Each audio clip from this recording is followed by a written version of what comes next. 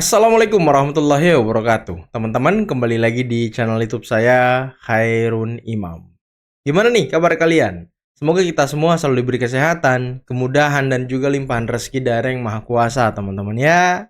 Nah, di video kali ini kita akan melihat bagaimana Rismond, salah satu peneliti abal-abal dari gerombolan pemburu ijazah Pak Jokowi, yang juga ijazah S3 Jepangnya sampai detik ini pun masih juga diragukan, sudah memperlihatkan gestur keraguan-raguan, teman-teman. Rismond sepertinya sudah mulai tidak percaya diri dengan hasil penelitiannya terhadap ijazah Pak Jokowi. Dan apakah Rismond sudah mengira-ngira dirinya bakal masuk BUI secepatnya?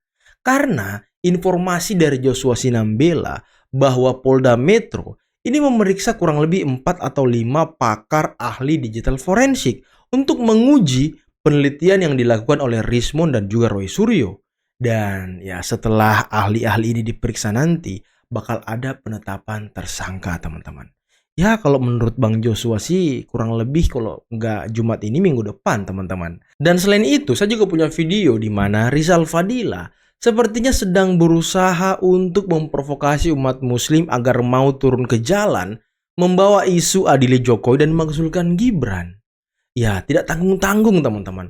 Rizal Fadila menggunakan narasi-narasi agama untuk meyakinkan umat muslim. Seperti jihad fisabilillah, menggunakan hadis-hadis Nabi, dan lain sebagainya. Memang orang ini selalu suka berselancar di atas narasi-narasi agama untuk memprovokasi umat muslim. Dan ini patut untuk kita waspadai, teman-teman. Terakhir, saya punya video di mana Bapak Arianto Sutadi memberikan bocoran-bocoran kecil kepada kita semua mengenai seperti apa nasib dari Roy Suryo CS ke depannya.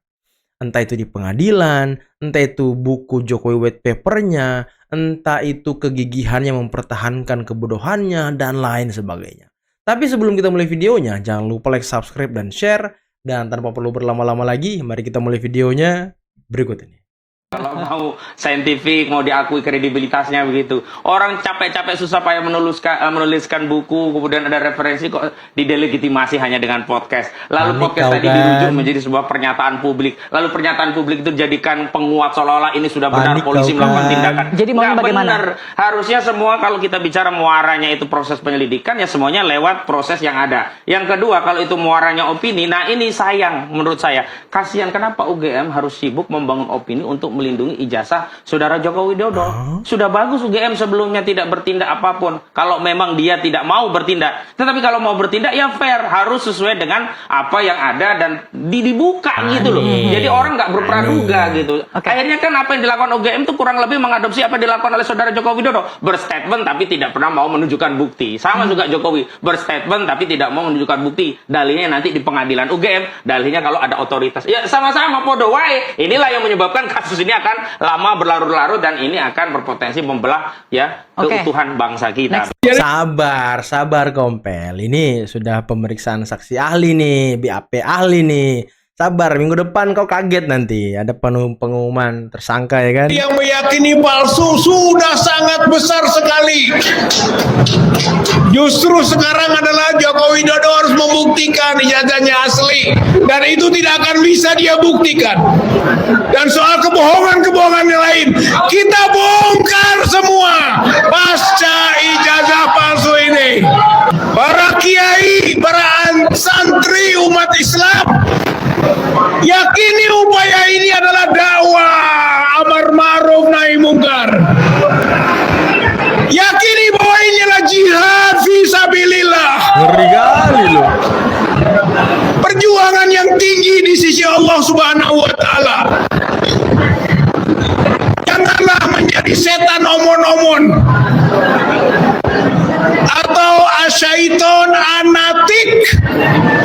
Nabi mengatakan yang cuman ngomong-ngomong mendukung kezaliman itu setan omon-omon. Kalau orang yang suka memfitnah apa namanya? Iblis. Heran kalau ada pendakwah, dai yang menghina, memaki. Belajar dari mana?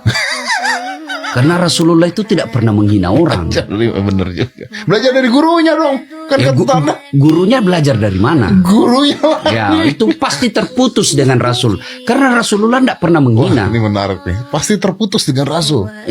Dari mana dia belajar? Rasulullah jangankan kepada sahabatnya, kepada lawannya saja. Coba ketika di Taif, Rasulullah dilempari sampai berdarah. Datang malaikat Jibril menawarkan bantuan. Ya Muhammad, sudah keterlaluan orang Taif. Saya diperintah Allah, kau berdoa saja aku hancurkan ini. Kira-kira kalau saya Das'at sudah keterlaluan ini. Ada tentara satu peleton. Gimana Das'at? Ratakan. Tapi Nabi ya kan? tidak. Tidak, betul. Nabi katakan jangan.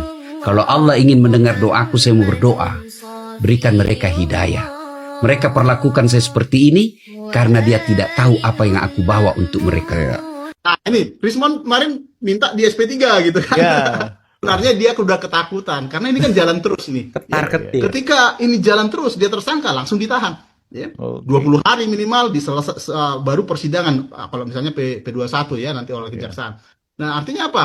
Ya mereka udah ketakutan di awal dia kan jangan Nantang. cabut laporannya segala macam kita berada di pengadilan tapi lama kelamaan dia sadar ya. Dia pasti sadar dia sebenarnya udah tahu gitu ya. Cuma kan Memang gengsi-gengsi aja ini. Iya, gengsi aja sama lingkungannya dia gitu ya, Betul. seolah-olah nanti dia nggak mensupport yang lainnya dan seterusnya Betul. gitu ya. Ada kekuatan-kekuatan seperti itu sebenarnya. Itu pasti kelihatan sebenarnya. Udah Ketika terlalu menantang basah saya ya kan? pun sebenarnya dia nggak berani sebenarnya Ya, gitu. sudah terlihat sekali. Kenapa? Kita tahu rahasianya semua gitu kan. Kita tahu apa yang dilakukan itu abal-abal gitu ya. Ya. Jadi kalau misalnya bersehadapan dengan kita nggak mungkin lah dia mempunyai dia nggak punya data sama sekali. Siapa sih di belakang mereka? Gitu lah Pak. Ya itu jadi menimbulkan pertanyaan saya Iya. tadi Pak, kok segitu giginya? Segitu gitu. giginya, segitu berani. Ya kasarannya. Nggak saya mungkin sih- kalau nggak ada orang besar di belakangnya. Ya, itu saya juga tanda tanya. Kalau saya lebih bertanya lagi, kok segitu giginya menunjukkan ketololan gitu Pak. Wow, segitu gigihnya mempertahankan ketololan. Wow, ini quote of the day dari Pak Arianto Sutadi. Kalau saya Pak Arianto gitu, menurut Pak. kegigihan menunjukkan ketololan. Ketololannya gitu kan. Coba bayangkan Pak, waktu diskusi dengan rektor. Sorry ya, saya tidak menerangkan dia, tapi enggak kok segitu giginya gitu ya, gitu misalkan gini. Bagaimana Pak Rektor tahu bahwa itu saya Pak Jokowi itu asli? Coba dia tanya sama Pak itu rektornya. Loh saya kan yang mendidik. Saya emang punya daftar nilai dia. Saya punya ini, punya datanya lengkap gitu. Kok Anda nggak percaya gimana? Kayak gitu dia dengan beraninya ngomong gitu dalam diskusi kayak itu. Kalau dilihat kan ini orang beneran apa enggak cara berpikir itu. Agak-agak. Itu yang saya heran.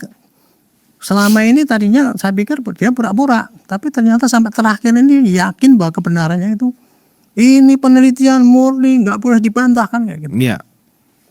Sampai dia nantang-nantang Kapolri, contoh Iya. hanya dia juru curiga kasusnya Jessica itu bahwa itu ada manipulasi di itu. Dia sudah menuduh ini itu pelaku ini perlu dihukum mati dan dihukum seumur hidup ngomong itu. Disebutkan namanya ini gitu. Itu kan dulu kan kenekatan Pak, suatu kenekatan yang kayak gitu. Itu dulu saya kaget-kaget, apakah ini hanya karena ketidaktahuan ya? Tapi ternyata sampai sekarang dia ya itu meyakini itu tadi Pak. Dan saya nggak ngerti motivasi daripada orang itu ya. Tapi kalau saya sih sementara semacam ini hanya menilai bahwa dia merasa dirinya benar gitu ya. Tapi tidak tahu bahwa itu tidak masuk akal lah dalam hitungan orang-orang yang Tidak masuk akal, normal ya. cara berpikirnya gitu aja mungkin. Karena kalau kita itu sebagai pion ya mungkin bisa juga jadi pion ya bisa juga ya. Nah itu yang menjadi teka-teki Pak. Iya. Apalagi kalau kita lihat dalam sudut pandang politik ya Pak Arianto. Ini kan sudah mengganggu ya mereka ini. Ya. Saya nggak bisa menafsirkan kok ini bisa jadi kayak gini ya. Iya, Yang saya tafsirkan adalah begini ya. Di tengah-tengah negara lagi repot gini Pak ya. Terus kemudian ada dalam tanda petik, kalau saya sih menilai mereka kan bikin rusuh dengan seenaknya sendiri ngomong yang tidak bisa direm kan gitu kan. Terus mosok negara ini ya mentang-mentang ada kebebasan berpendapat. Dan kemudian membebaskan orang saling menghujat, apalagi nuduh-nuduh orang kayak gitu sampai digantung ini dan sebagainya kan gitu kan, sampai apa setiap hari dihina itu dengan apa itu wayang yang gini ini itu. Padahal orang itu bekas pejabat ya. Kok nggak ada mekanisme untuk meredamkan kayak gini ya Pak? Kalau secara teoritis itu menjadi ranah polisi untuk menyelesaikan ini Pak, carut-marut ini. Karena itu kan ketidaktentraman masyarakat ya. Tertib mungkin masih tertib, tapi kan nggak tentram jiwa masyarakat saling itu kan, sehingga saling berpecah gitu.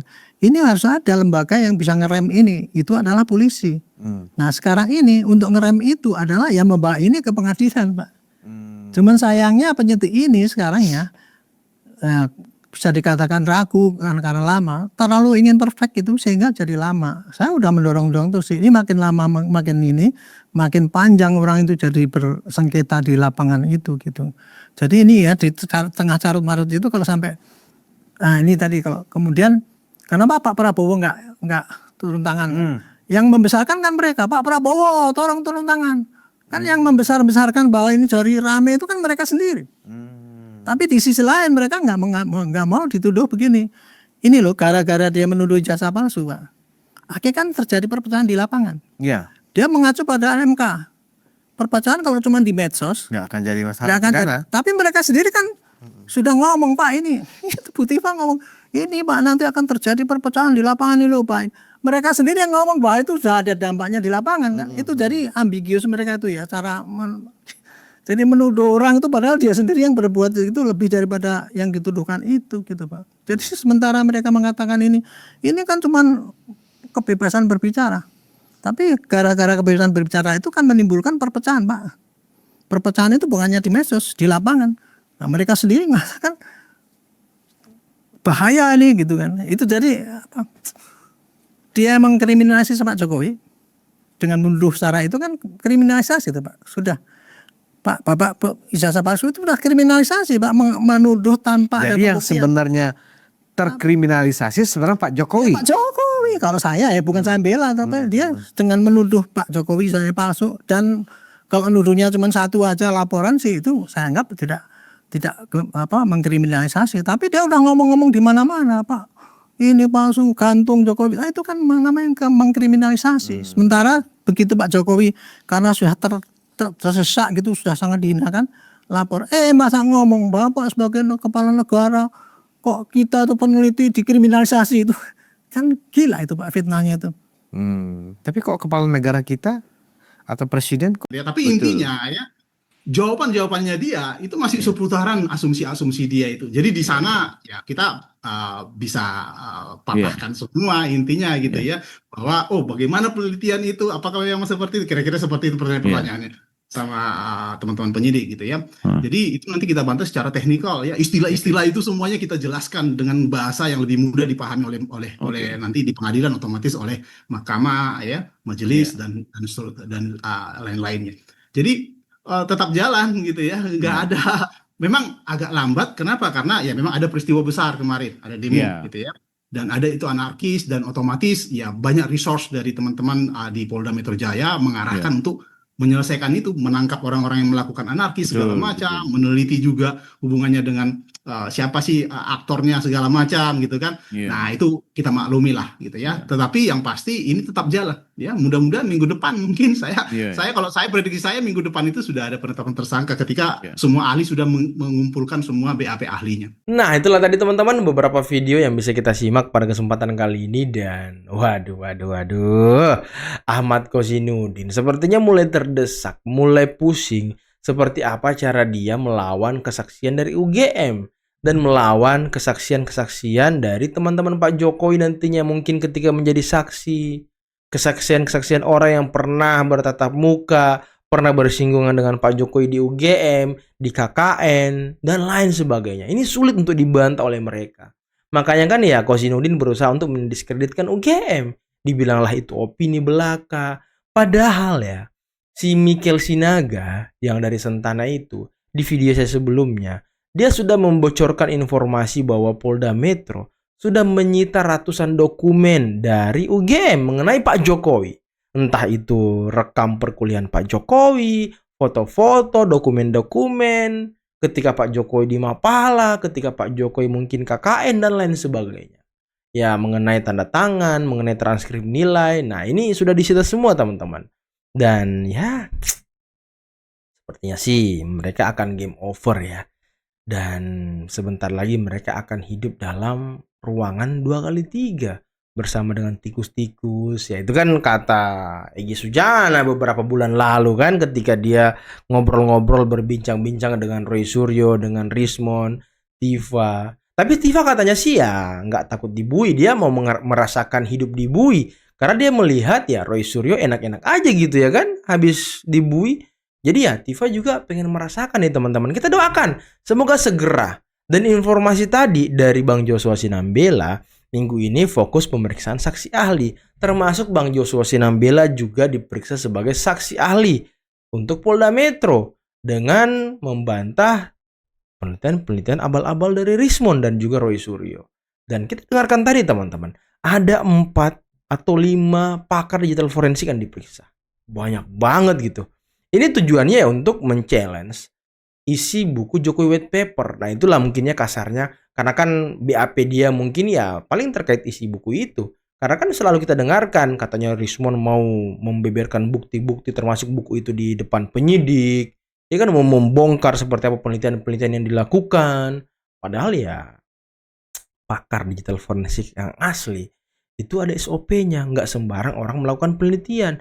Apalagi kata Pak Rianto tadi, bukti yang diambil mereka itu hanya dari media sosial, bukan bukti primer. Ya ini dokumen fisik, ini analog, tapi kok bisa diperiksa gitu dengan metode digital? Ini kan aneh. Tapi ya namanya pembenci, namanya gerombolan yang sudah sakit hati, apapun yang mereka lakukan ya benar saja di mata mereka. Apalagi pasukan-pasukan mereka tuh yang sebenarnya nggak ngerti apa-apa tentang digital forensik. Mereka manut-manut aja dengan Roy Suryo CS. Oh iya, keren. Oh iya palsu. Oh iya, gitu. Sampai mengawal mereka di Polda, bawa toa, teriak-teriak. Nah ini kan cara-cara kampungan teman-teman. Aduh. Saya tuh bingung ya melihat orang-orang ini kok ya seperti kata Pak Rianto lah, kok gigih banget gitu mempertahankan ketololan. Ini yang menjadi pertanyaan. Kalau tidak ada kepentingan besar di belakangnya, ya nggak mungkin mereka bakal segigih itu. Apalagi kalau hanya seperti omongan-omongan mereka selama ini demi kepentingan bangsa dan negara, agar kedepannya tidak ada lagi yang bla bla bla. Nah sekarang buktikan Gibran diusut-usut lagi sama dia tuh. Mulai lagi digoreng-goreng Gibran, ijazah SMA Gibran, sampai ada yang menggugat ya kan, Pak Subhan siapa gitu. 115 triliun apa berapa gitu teman-teman. Banyak banget. Nah ini kan sepertinya mereka selain mungkin ada kepentingan, mereka juga mencari panggung dengan menyerang Pak Jokowi. Mereka cari popularitas dengan menyerang Pak Jokowi. Yang mungkin Pak Subhan ini ya dia lawyer apa-apa gitu. Mungkin sudah mulai agak-agak sepi jobnya ya, dengan menyerang keluarga Pak Jokowi berharap ya popularitas dia naik gitu dan banyak kliennya lagi ya. Mungkin saja ada banyak ini teman-teman, ada banyak dugaan-dugaan, ada banyak analisis-analisis yang bisa kita lontarkan mengenai serangan-serangan kepada keluarga Pak Jokowi. Tapi ya bisa saya bilang, nggak serang keluarga Jokowi, nggak makan gitu ya kan. Oke lah, mungkin cukup sekian dulu video kali ini. Jangan lupa like, subscribe, dan share videonya. Akhir kata, billahi taufiq wal hidayah. Assalamualaikum warahmatullahi wabarakatuh. Bye-bye.